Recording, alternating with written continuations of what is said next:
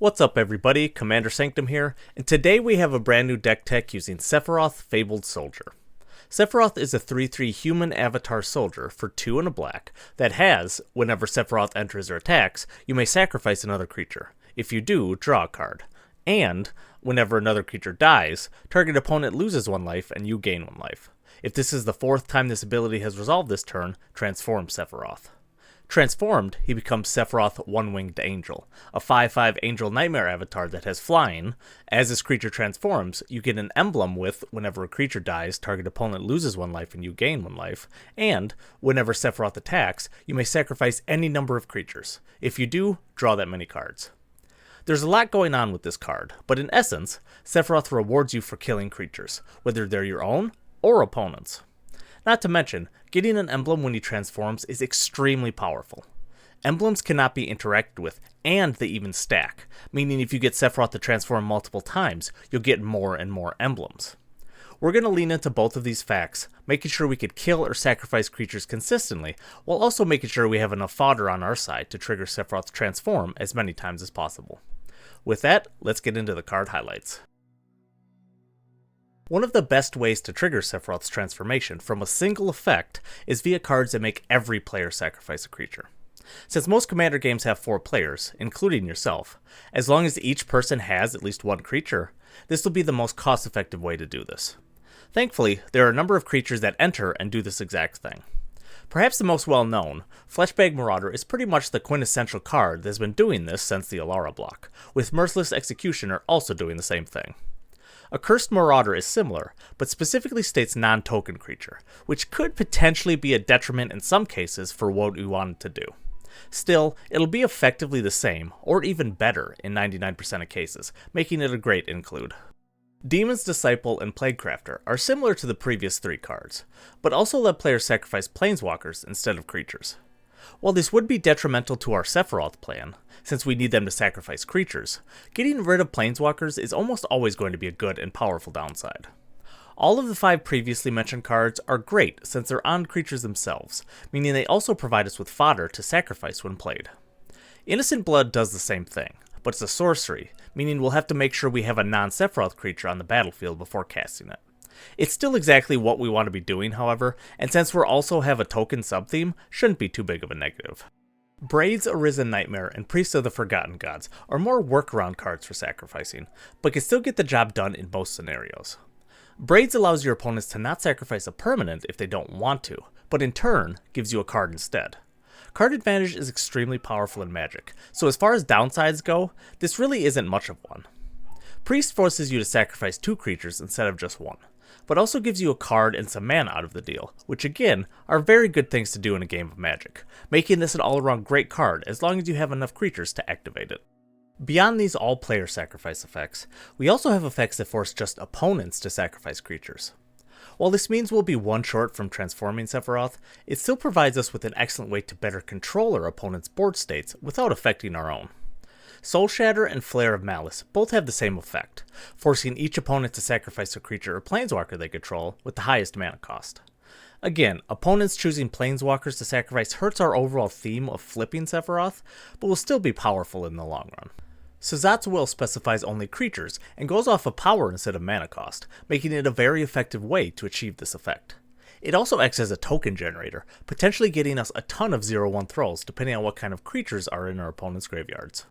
Grave Pact is probably one of the best, and most hated, sacrifice-based cards out there, since it makes it hard for your opponents to attack or remove your creatures without drawback. Honestly, if anything was going to trigger Sephiroth's transform effect the fastest, it would almost certainly be this.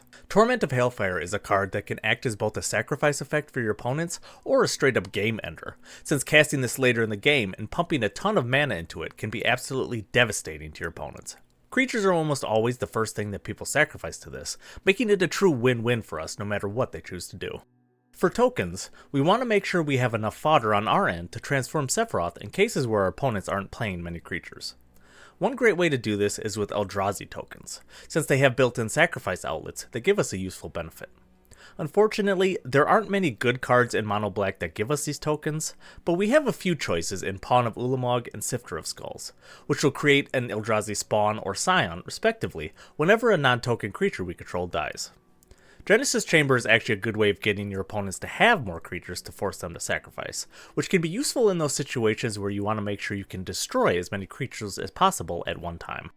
Ogre Slumlord has a similar effect as the previous Eldrazi cards, but generates 1/1 rats instead of spawns or scions. While these don't have built-in sacrifice effects, they do have Death Touch thanks to the Ogre, making them a great deterrent to your opponents from attacking you.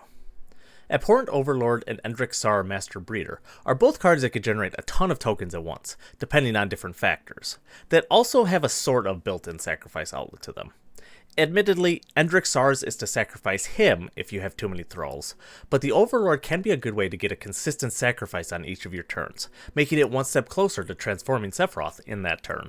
For tokens that are effectively temporary, since they have to be sacrificed at the end of the turn, we have Avenger of the Fallen, which has a mobilized number equal to the number of creature cards in your graveyard.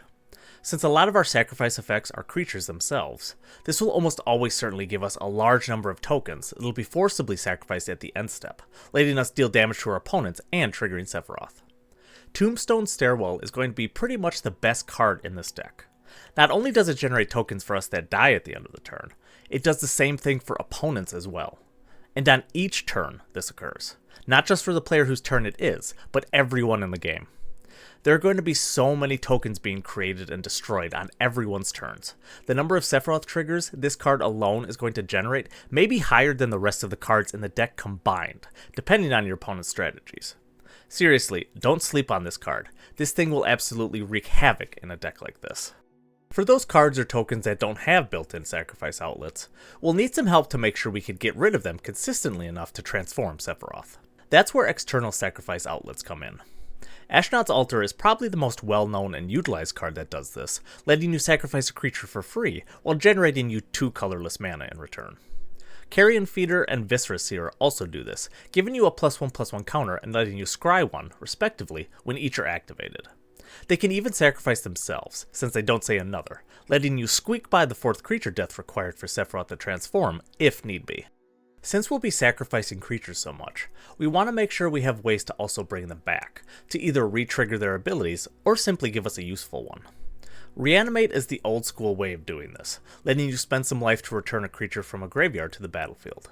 It's important that it says a graveyard, not your graveyard, meaning you can reanimate an opponent's creature if they have something juicy enough to want.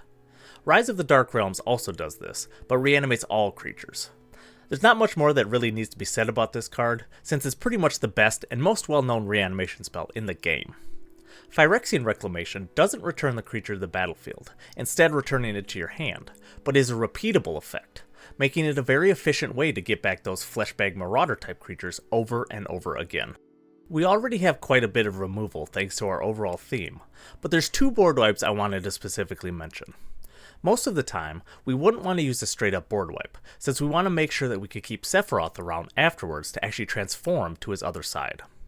To achieve this, we have 2 powerful, albeit expensive, opponent-only board wipes in Plaguewind and in Garruk's Wake. These are board wipes that kill only your opponent's creatures, and also planeswalkers in the case of In Garruk's Wake, making them excellent ways to get Sephiroth to transform in a pinch. For card draw, we want to focus on things that fit into the theme of the deck, such as sacrificing creatures or creatures dying. For this, we have Deadly Dispute and Plumb the Forbidden, which let us both sacrifice creatures and draw cards all in one go. Plumb is especially nice since it lets you sacrifice multiple creatures and draw a card for each, letting you transform Sephiroth if you have enough things to sacrifice at the time. Liliana Dreadhorde General does pretty much everything we want to do.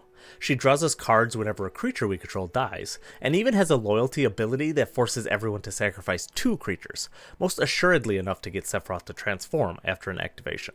Hell, she even generates zombie tokens if need be, giving us more fodder to sacrifice to some other effect. We also have some nice utility cards that fit into our overall theme with Sephiroth.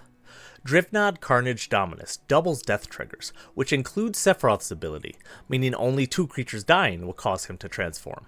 It also doubles the Emblem's ability, making for a very potent way to speed up the game and end it quickly when creatures die.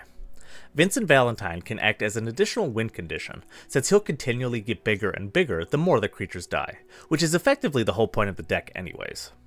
Conjurer's Closet is a great way to flicker Sephiroth once he's transformed. Since cards re-enter face up, this means that he'll be back on his Fabled Soldier side, letting you do another 4 sacrifices to retransform him and get another emblem. Massacre Worm is a great way, particularly against token decks, to kill off your opponent's smaller creatures while also giving you another win condition potential with this 2-life trigger. Pitiless Plunderer only triggers off of your creatures dying, but gives you a treasure token whenever it occurs, giving you more mana to play with in a turn where you may sacrifice quite a few creatures at once. I'll also say that both of these cards are also affected by Drivnod, doubling up on these triggers if he's out, really driving in how good that card is in such a deck. Here's an example deck list utilizing all the previously mentioned cards. Additional cards include more token generation in Overseer of the Damned and Westvale Abbey, another recursion effect in Unearth, and more sacrifice outlets in Village Rites and Phyrexian Tower. There's also commonly seen mono-black ramp packages that include Cabal Coffers, Cryptghast and Arcana Revenant, and Liliana of the Dark Realms. Sephiroth Fabled Soldier makes for a very good and powerful commander for an aristocrat-style sacrifice deck. I still can't get over the fact that he makes an emblem with the typical Blood Artist trigger. That can be absolutely oppressing if a person is able to get it to trigger multiple times. It's just such a shame that Mono Black has pretty much no flicker or blink type effects, outside of the aforementioned Conjurer's Closet. It makes sense, seeing as how that archetype doesn't really fit with Black's theme, but it would be so good if it was. Outside of that, one tricky thing with these aristocrat-style decks is that it can be hard to balance the token generators versus the sacrifice effects in terms of a deck build. If you have too many sacrifice effects but no creatures to sacrifice, they don't end up doing anything for you.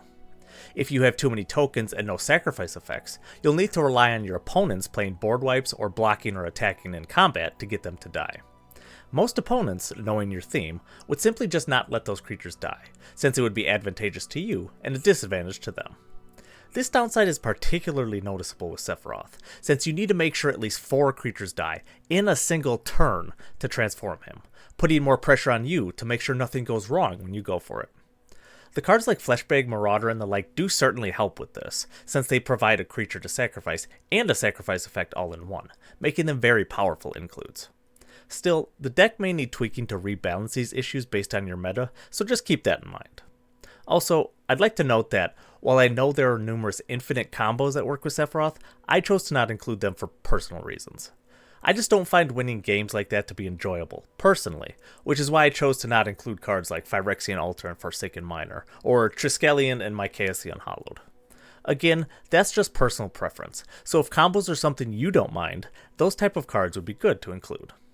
Either way, Sephiroth has a very powerful and fun ability, so if sacrificing creatures and draining your opponents is something you enjoy, try him out. I hope you enjoyed watching this deck tech on Sephiroth Fabled Soldier. The full deck list outlined in this video can be found at the Architect link at the top of the description. If you enjoyed this video, please remember to drop a like and comment, as well as subscribe to the channel for more Magic content. Thank you all for watching, and I'll see you in the next one.